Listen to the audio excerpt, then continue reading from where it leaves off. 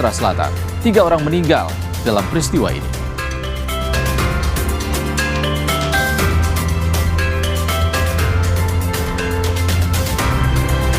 Hampir 3 pekan banjir merendam sejumlah sekolah di Karawang, Jawa Barat. Kegiatan belajar mengajar pun lumpuh total.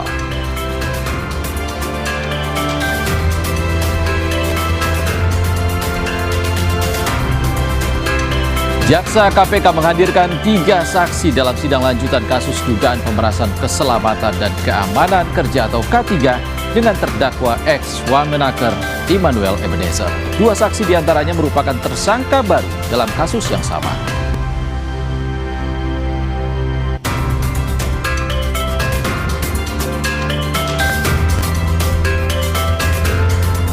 Halo, apa kabar saudara? Selain 3 sorotan utama tadi, sejumlah informasi penting dari berbagai penjuru tanah air akan kami hadirkan untuk Anda selama 30 menit ke depan. Saya, Ihsan Sitorus. Inilah Indonesia Update selengkapnya.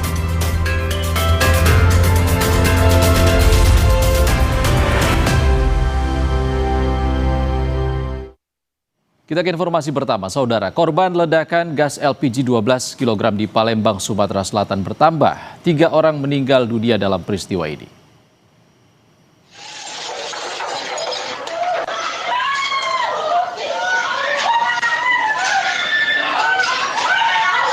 Detik-detik ledakan di rumah warga di Jalan Ratu Sianum, Ilir Timur, Kota Palembang terekam kamera pengawas warga. Kerasnya suara ledakan membuat warga sekitar panik dan berlarian sambil berupaya menyelamatkan penghuni rumah. Akibat peristiwa ini, 3 orang meninggal dan karena mengalami luka bakar. Sementara 6 lainnya mengalami luka-luka. Polisi telah memasang garis polisi dan mengamankan sejumlah barang bukti, di antaranya tabung gas LPG yang diduga menjadi pemicu ledakan serta rekaman kamera pengawas.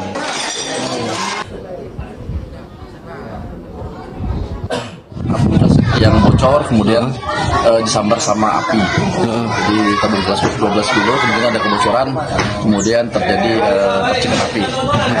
Untuk korban sementara ada 9 orang, wanita, 7 dewasa, 2 anak. Saat ini korban kondisinya seperti apa, Pak? Dari korban ada beberapa luka, kisaran luka dari 20 sampai 70% luka bakar. Kita ke kabar lain, sebuah mobil travel menabrak angkutan kota atau angkot di ruas Jalan Raya Labuan Carita, Pandeglang, Banten. Tak ada korban jiwa dalam peristiwa ini.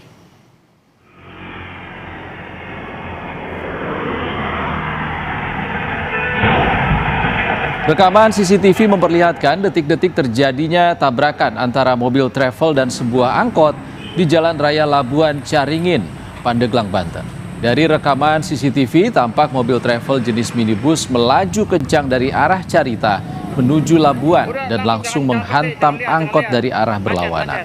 Akibat tabrakan, kedua kendaraan hancur di bagian depan. Tidak ada korban jiwa dari peristiwa ini, namun 4 orang dilarikan ke rumah sakit karena mengalami luka-luka.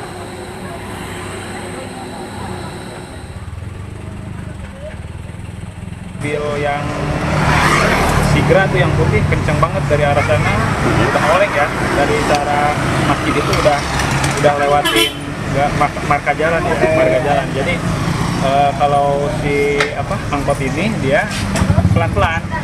Nah kebetulan itu angkotnya juga udah sadar, jadi agak ngebuang sedikit. Kemudian si mobil travel tuh terjadilah kecelakaan. Sudah ada kesepakatan adalah insya Allah ada jalan kekeluargaan untuk menyelesaikan masalah ini. Untuk kedua supir sementara ini ya cuma ada memar-memar dan luka-luka ringan saja.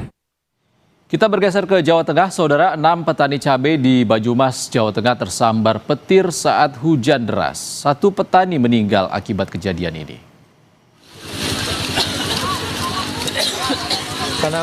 Peristiwa terjadi saat ke-6 petani cabai ini sedang berteduh di gubuk area perkebunan saat hujan deras dan tiba-tiba tersambar petir.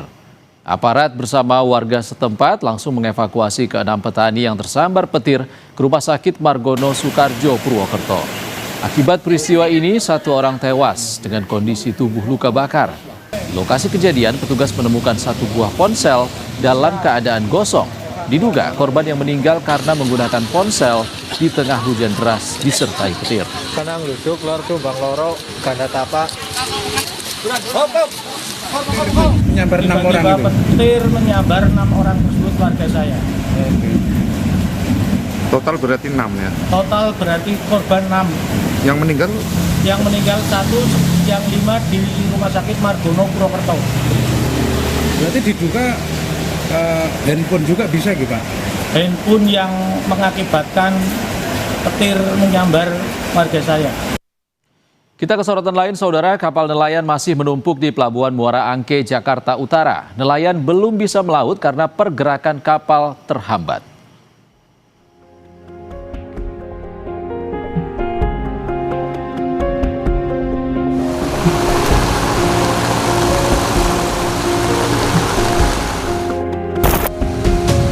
Hampir 3 bulan, para nelayan di Muara Angke, Jakarta Utara tak bisa melaut.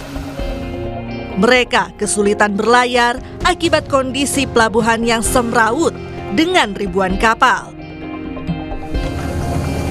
Demi menyambung hidup, kerja serabutan pun dilakukan para nelayan sambil menunggu kapal bisa kembali berlayar.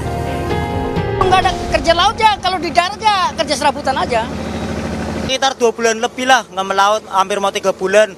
Cuman ini karena udah berhubung surat udah turun, antrian solar, jadi saya berangkat lagi ke kapal seperti biasa. Ya ikut kapal orang yang 1 minggu pulang, 5 hari pulang, ya biar bisa muter buat makan.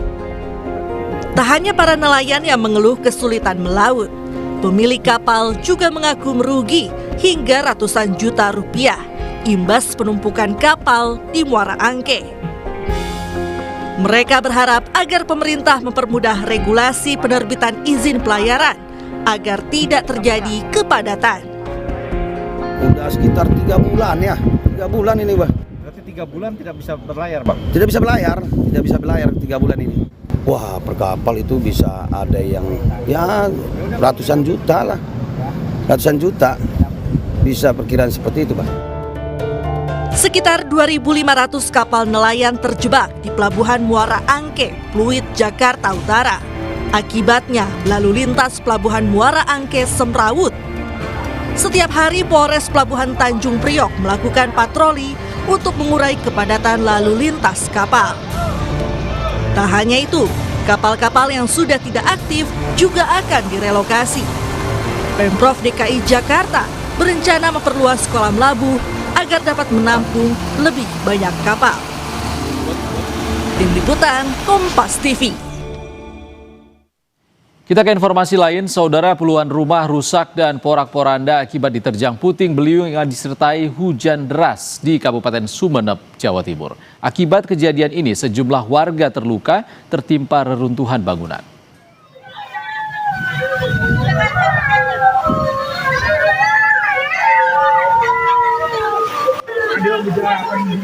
Video amatir ini merekam kepanikan warga saat puting beliung menerjang permukiman warga di Desa Karduluk, Kecamatan Peragaan, Kabupaten Sumeneb, Jawa Timur.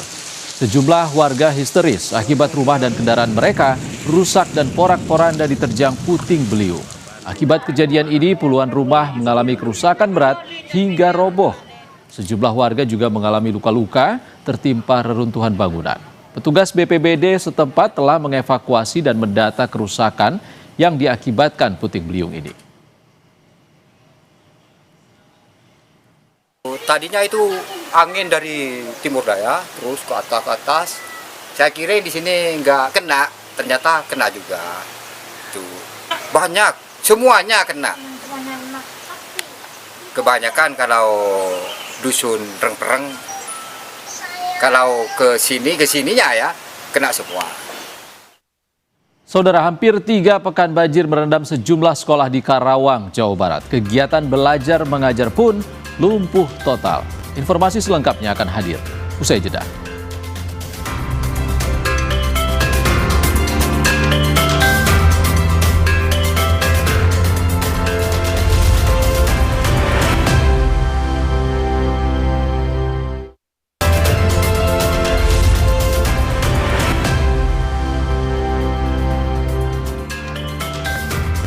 Terima kasih Anda masih di Indonesia Update. Saudara, banjir merendam ribuan hektar sawah di Karawang, Jawa Barat, imbas curah hujan tinggi dan meluapnya sejumlah sungai di Karawang.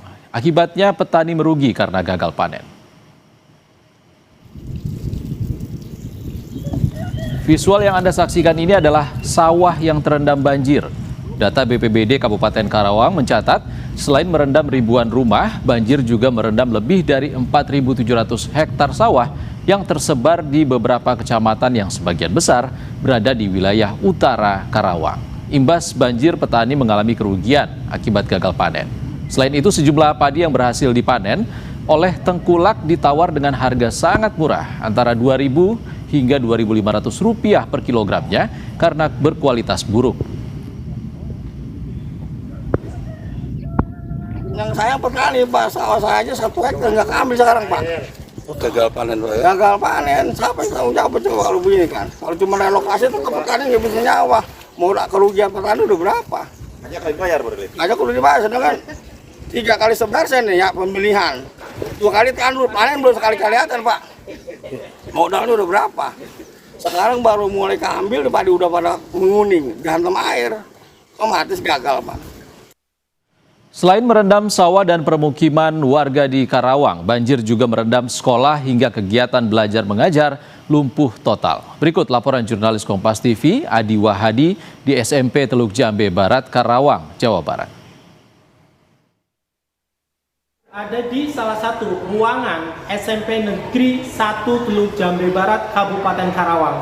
Ini adalah ruangan perpustakaan SMP Negeri 1 Teluk Jambe Barat. Dan bisa dilihat langsung kondisi dari ruang ini berantakan. Meja, kursi, serta ribuan buku-buku ini rusak akibat terendam banjir. Kondisi ini sudah berlangsung selama 2 pekan lebih dan ini berimbas pada terganggunya aktivitas kegiatan belajar mengajar. Pasalnya, tidak hanya ruang kelas ini atau ruang perpustakaan ini yang terendam banjir. Hampir seluruh ruangan di sekolah ini terendam banjir dengan ketinggian mulai dari 1 meter dan saat itu mencapai 2,5 meter. Sehingga ini mengganggu seluruhnya dan aktivitas kegiatan belajar mengajar di sekolah ini lumpuh total. Kepala Dinas Pendidikan Kabupaten Karawang memberikan kebijakan menyerahkan kepada kepala sekolah untuk bisa leluasa mengatur cara agar siswa tetap belajar. Dan kebijakan mengambil kegiatan belajar mengajar secara daring ini diambil agar kemudian siswa tetap bisa belajar. Namun persoalannya, hampir 50% siswa di sekolah ini adalah warga sekitar yang juga ikut menjadi korban banjir. Karena hampir 50% lebih ya siswa kami itu juga terdampak banjir karena lokasinya tempat tinggalnya di sekitar sekolah. Mereka juga ikut mengungsi. Untuk kebijakan KBM-nya, walaupun secara daring, tetap memberikan keleluasaan waktu untuk para siswa kami yang terdampak banjir.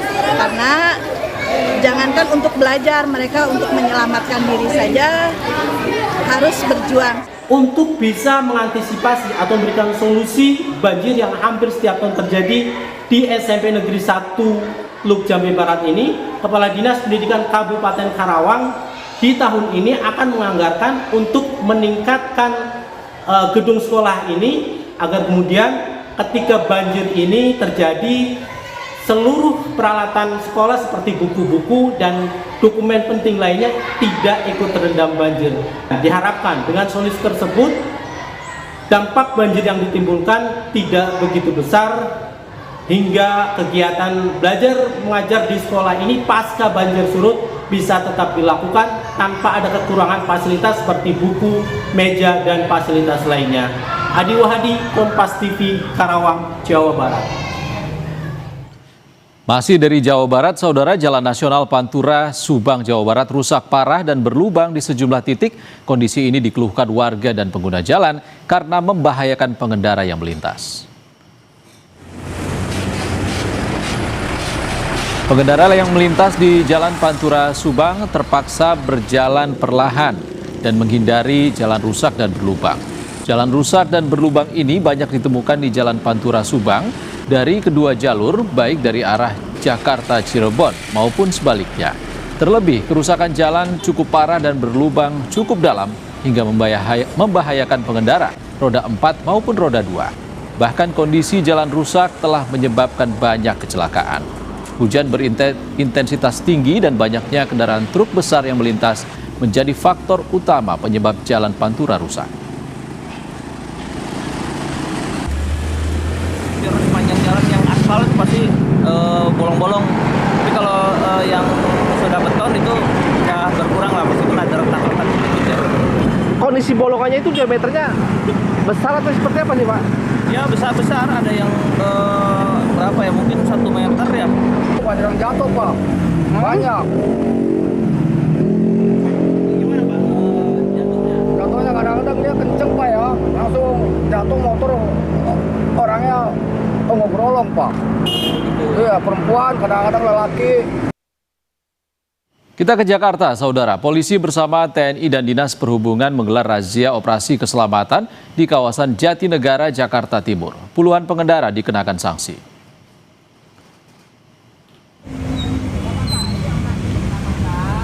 Petugas gabungan menghampiri satu persatu pengendara yang kedapatan melanggar peraturan lalu lintas. Di antaranya menerobos lampu merah, tidak menggunakan helm, hingga tidak memasang plat nomor. Puluhan pengendara dikenakan sanksi, mulai dari teguran lisan, tertulis, hingga tilang elektronik. Razia digelar mulai tanggal 2 hingga 15 Februari mendatang. Sasaran operasi keselamatan Jaya 2026 tahun ini, sasarannya adalah pengendara ranmor yang melawan arus salah satunya. Yang kedua, pengendara ranmor yang masih di bawah umur. Terus pengendara ranmor yang lebih dari 2, jadi bertiga yang 3. Terus pengendara motor yang berkendara menggunakan handphone. Selanjutnya pengendara motor yang melawan arus. Pengendara motor yang tidak menggunakan TNKB sesuai peruntukannya. Terus yang terakhir knalpot blong. Usai jeda di Indonesia Update, Saudara, Jaksa KPK menghadirkan 3 saksi dalam sidang lanjutan kasus dugaan pemerasan keselamatan dan keamanan kerja atau K3 dengan terdakwa ex-Wamenaker Immanuel Ebenezer. 2 saksi diantaranya merupakan tersangka baru dalam kasus yang sama.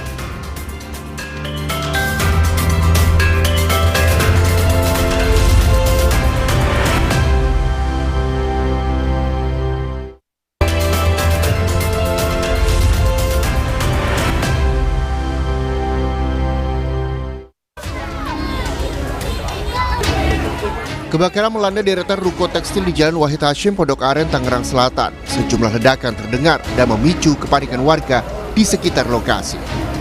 Api disertai asap pekat cepat membesar dan merembet ke ruko sekitar karena bahan tekstil mudah terbakar dan angin kencang. Warga dan karyawan toko berupaya menyelamatkan barang dagangan sebelum api meluas. Warga menyebut api berasal dari gudang dekorasi di belakang ruko, diduga akibat korsleting listrik. Tim SAR gabungan menggelar misi pencarian terhadap pria berusia 25 tahun bernama Galang, warga Kampung Poncol, Desa Sukamekar di aliran Kali Bekasi, tepatnya di Desa Sukamekar, Kecamatan Sukawangi, Kabupaten Bekasi, Jawa Barat. Pria yang berprofesi sebagai penarik perahu penyeberangan atau perahu eretan dinyatakan hilang, terbawa arus saat mencuci tangan dan kaki. Satu tim bertugas melakukan susur sungai mulai dari titik korban tenggelam hingga radius 5 km. 2 jenazah ditemukan petugas dalam kondisi mengambang di Selat Bali. Kedua jenazah tersebut diduga korban KMP Tunu Pratama Jaya yang tenggelam bulan Juli 2025 lalu. Hal ini dikuatkan lantaran adanya aktivitas pengangkatan bangkai kapal KMP Tunu Pratama Jaya sejak beberapa hari terakhir. Selanjutnya jenazah dievakuasi menggunakan ambulans Polres Jembrana untuk dibawa ke RSU Negara.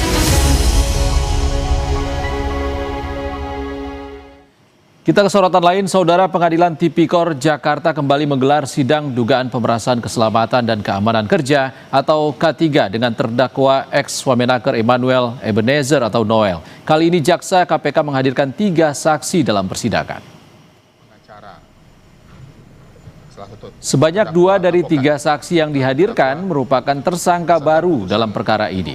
Kedua tersangka adalah Hayani Rumondang dan Hairul Fadli Harahap. Sedangkan satu saksi lainnya adalah Gunawan Wibiksana sebagai P3K di Kemnaker. Dalam sidang, jaksa menanyai saksi Gunawan Wibiksana soal penerimaan non-teknis di Kemnaker. Lihat dalam berkas ya untuk melakukan profesi saya maupun benar Pak. Benar itu, ada uang. Sepengetahuan saya betul Pak. Betul? Betul ya, ada uang ya, baik. Tadi saksi katakan ada istilah uang yang dipungut atau diminta itu ada uang non teknis. Ya, ada lagi istilah-istilah yang beredar di Kemnaker ini?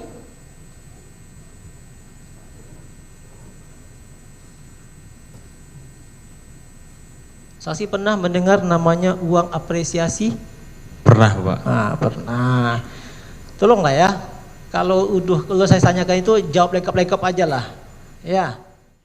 Saudara, dapatkan selalu berita dan informasi terupdate Kompas TV di channel 11 televisi Anda. Satu langkah lebih dekat, satu langkah makin terpercaya. Terima kasih telah menyaksikan Indonesia Update. Saya Ihsan Sitorus pamit. Sampai jumpa.